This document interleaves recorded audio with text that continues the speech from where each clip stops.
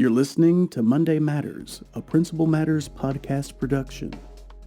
Hi, friends. This is Will Parker, along with my co-host, Dr. Jen Schwanke, for another Monday Matters. Jen, we're stepping into November.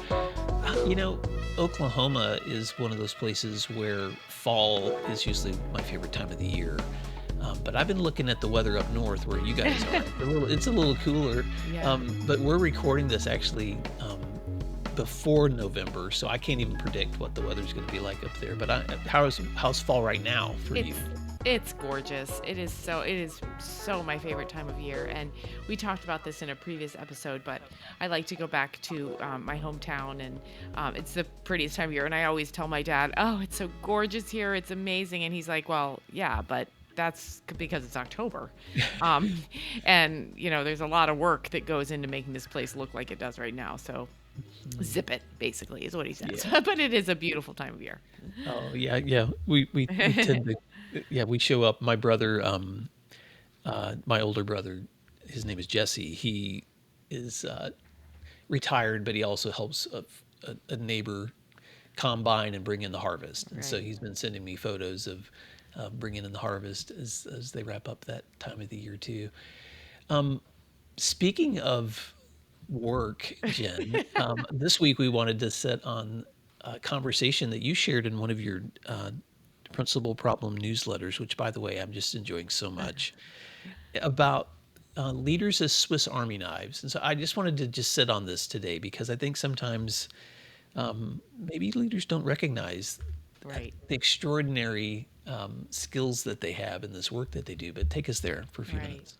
Right. Well, this was my little finger shake at principals to remember the privilege of their jobs and how incredibly qualified they are to do it. But to get there, I did start with an image of a Swiss Army knife. I don't know, Will, about the first time you ever saw one, but my grandfather pulled one out of his pocket. I was probably 8, and he started pulling out each of these tools: the scissors, the screwdriver, the knife, the tweezers, the poker thing. I could not believe it. I can still see it in his hands. He had these massive, gigantic, beautiful hands, and it was bright red, this knife. And I thought, why would anyone need anything else? Do you happen to remember the first time you saw a Swiss Army knife? I was probably in grade school, but yeah, I mean, I'm pretty sure my son Jack has more than one, and they're Right, just the right. coolest ever. Yeah. Right. Well, they're amazing tools. And so I was thinking about having a tool that can do so many things. And then I made that connection. We've talked about this before, but I spent a weekend in Oregon working with rural principals. And boy, these principals have a lot going on. They have a lot going on. The same things that all principals deal with, but very unique to their region, their demographic. They're really worried about funding. They're really worried about special education, about mental health services. And the thing about them is many of them work alone. As a matter of fact, one attendee at this conference has less than 30 kids in his entire K-12 district. So he teaches PE, he teaches science, he is the principal, and he's the superintendent. So he has a lot going on. And I was sitting there thinking about them all and how, why would anybody want to be a principal? And then I remembered why. The same reason any of us want to. I remember my first getting my job as a principal and feeling a little bit of that imposter syndrome, but then forcing myself to remember that I had been chosen for this job and somebody thought that I could do it. And then since then, I've tried to remind principals that there's a sense of honor to this work, and there's a lot of things we get to do that other people don't. So before I go into that, I want to pause and give you a chance to reflect. No, I'm so glad you're saying all this, Jen, because I mean, I've said this before, but one of the reasons that I chose to do this work, which is create Principal Matters and create content for leaders and share the stories of leaders, is because I'll never forget that first moment when, as an assistant principal, I was invited to a national conference and was sitting in a room with leaders from probably every state in America, because this was one of Mm-hmm. those, like, everybody had sent a leader who was getting an award from a different state, and they were letting us do collaboration around tables. And I mean, I had always loved collaborating with my leaders in my schools and where I lived, but then like the light bulb moment for me was just like, oh my gosh, we're all so alike, even though our Hmm. schools are so different. My friend in Connecticut has such a different school than my friend in Oregon, but but we're still dealing with a lot of the same issues and problems. And then the other light bulb moment for me was like, wow, we're also like managing some of the most like difficult or challenging situations that most people in the normal jobs would be like, maybe once in my life I would Right. have that experience, but leaders can face them almost daily. That's right. And so, so for me, the light bulb moment was also like, not only do we share a lot of the same practices and challenges, but we also are having these experiences that are so unique to leaders that they're really unsung heroes. And Right. so, and so I wanted to have a way to share their stories with each other and to connect us together so that we don't, so that we realize we're not alone. Right. But you're right, Jen. It's a strong school leader is such a gift, but they are also, I like to call them the hats different leaders wear, but I love this image of the utility knife, Right. the Right. Swiss Army knife, because it's the same thing. I mean, sometimes you have to pull out the knife of coaching, sometimes you have Right. to pull out the piece of being a good counselor, sometimes you have to pull out the disciplinary Right. one, sometimes you have to pull out the manager role. And so there's all these different responsibilities that leaders face, and research shows it too, but you and I think are so connected to practice. Right. So, talk a little bit about the different pieces of that Swiss Army knife that you Right. see leaders wearing. Well, absolutely. I'm going to do that right after I say one other thing, which Yeah. is I don't know if this has ever happened to you, but I have at times pulled out one piece of my utility knife and realized it was the wrong one. I've been in meetings before where I've thought, oh, I need to just listen. Mhm. Or, oh, I think they need me to lead right now. I think they need me to make a decision. And so you Uh-huh. can go into a room with one mindset and then realize, oh, there's a different role I need to play. I wasn't understanding my role. So that's critical too, is to know which tool to use, yes, but to know when to put away the wrong tool and get another one. So let's think about some of the things that we get to do as principals that others don't. And I think the biggest one sounds a little cliche, but it's so true. Is shape the vision, right? The tone of your building, the direction that your entire school community is going to go. So that's number one. Shape a vision. Mhm.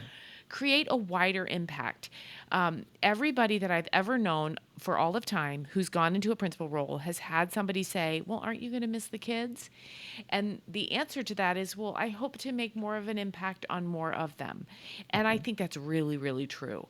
I just had that conversation with our new EL director. We were talking about missing kids, those closer relationships with students that we had as teachers.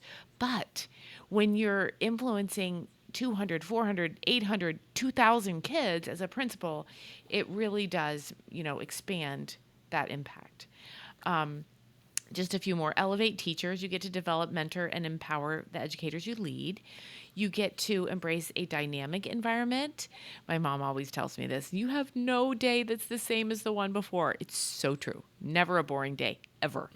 Mhm. You get to lead a whole community, be that central figure. And as you said, sometimes feel like a superhero a little bit. And then there's just that sense of accomplishment. And I would challenge any listener to make sure you're taking time on your drive home or on your walk at night with the dog to live in that sense of satisfaction a little bit in seeing the amazing things about your school. Wow. Jen, what I love about these takeaways is just that image of being able to step into whatever that scenario is with classrooms or teachers or families and recognize that you often do have skill sets where the solution to apply will depend on the situation in front of you. Right.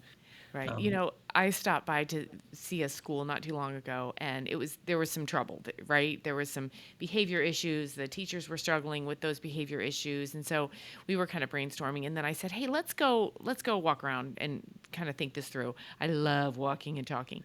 Well, we stopped into a classroom where the students were dissecting sheep brains. And you have never seen so many engaged students. The teacher was on fire. They were doing all these amazing things. And it was just a reminder. I said, tonight when you go home, Katie, and you're thinking about this bad behavior stuff, think about the sheep brains too. Like, this is cool. This is really neat stuff. So, that sense of accomplishment, even on hard days, you can reach for it and find it. Oh, I love that so much. Um, well, Jen, as we wrap up this conversation, I also just want to acknowledge that this time of the year is that, and we talked about this in our last Monday Matters, but I think it's worth talking about. This is that time of year where you are doing the hard work, you're looking at that next break, and showing up every day. And means something's going to happen that's going to be probably more difficult too than you imagined. I was Right. just on a call yesterday with a experienced, talented leader who was just admitting, I'm facing some situations right now that I don't know what to do next. The challenge of this child in my 20 plus years of experience is a new scenario for me. And I'm still trying to figure out what to do with this child or this parent or in this situation. And so I just want to say that out loud because that Swiss Army knife, you may sometimes step in a moment, you're like, oh, I Yeah. don't have a tool for this. This Right. this is a new one Right. for me. And so I'm just curious, any thoughts you have about leaders that feel like, well, I know I'm supposed to be the Swiss Army knife, but I don't feel like I maybe have the tool for this Right. one. Right. Well, this is so basic, but it so works too, is ask for help. I mean, Will, I am not exaggerating. There is not a day that goes by that I probably don't reach out and phone a friend at least 5 times. Mhm. Um, Sometimes I think I know the right tool to use. I think I know the answer, but I want to be sure. Or I want someone to say, oh my gosh, we just had that last week. Here's how you should not handle it. Asking for help, because the enemy to feeling success, I think, is feeling alone. Like, you have to make sure that you don't feel like you're operating the entire utility knife all by yourself.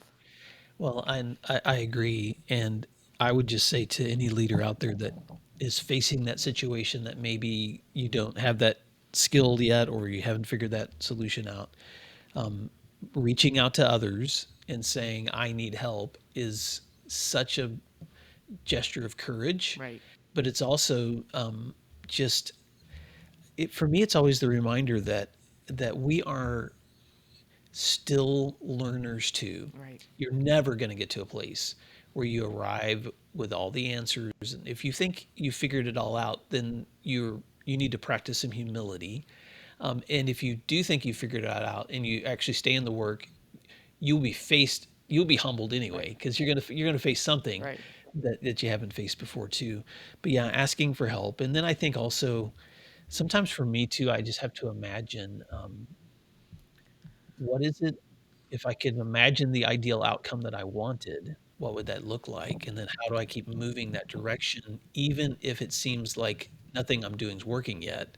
How do I keep moving that direction? Because I just want to say this to leaders. When teachers are on the other side of you, and I was actually trying to encourage this leader this way too. When teachers are on the other side of you, they go home with their stories at night too. Right. And we've all been in places where the stories are, I wish somebody could have come alongside me and supported me more, or I wish somebody wouldn't have left me alone, or I wish somebody would have understood the Right. dilemma I'm facing, or I wish somebody would have protected me.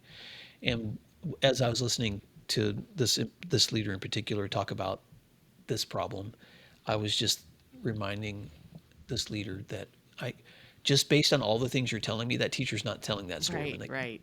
because you're still you're still stepping into it to try to find the solution together that maybe isn't right in front of you yet, but it will be That's right. eventually. That's right. And then, at the end of that process, guess what? She'll have another tool to add to that That's Swiss right. Army knife. That's right. We have That a wasn't. lot of tools. We do. We're amazing. We are amazing. Well, Principal Matters listeners, I just want to encourage you as you're stepping into whatever you are. And Jen, I'm pulling this. I'm going to quote you. as you wrapped up your newsletter on that Swiss Army knife, you said, pull out your Swiss Army knife and use it to be versatile and durable and unflappable. I love that because it's just a reminder that, man, you're doing good work. And so be encouraged. Yes. Jen, how can listeners stay connected with you and your content? Yep, they can find me at jenschwanke.com, and at that website, they can get a hold of me. First of all, send me an email, or they can find my newsletter, and then they'll get a little treat in their mailbox every Tuesday morning. You sure will. And you can find all of the resources for this podcast and our show notes at williamdparker.com or anywhere you listen to your podcasts. And I just want to say thank you if you're listening to this as a regular listener. We love learning together with you. We'd love to hear from you, so feel free to reach out to either Jen or me at our websites, or you can just send us a quick email at will@williamdparker.com or jen@jenschwanke.com. See, I've memorized it. There you go. But until next time, thanks for doing what matters. We'll talk to you soon. Thank you for listening to today's episode of Principal Matters, the School Leaders Podcast. If you enjoyed the show, would you take a moment and like, share, subscribe, or leave us a review? In fact, if you share it out with a friend, even more people can become a part of these conversations. Sign up for our newsletter at williamdparker.com for even more free resources. And don't forget to check out our website to learn more about our books, professional development offerings, Grow Academies, masterminds, executive coaching, and keynote presentations. Wow, let's keep learning together. And thank you for doing what matters. Monday Matters.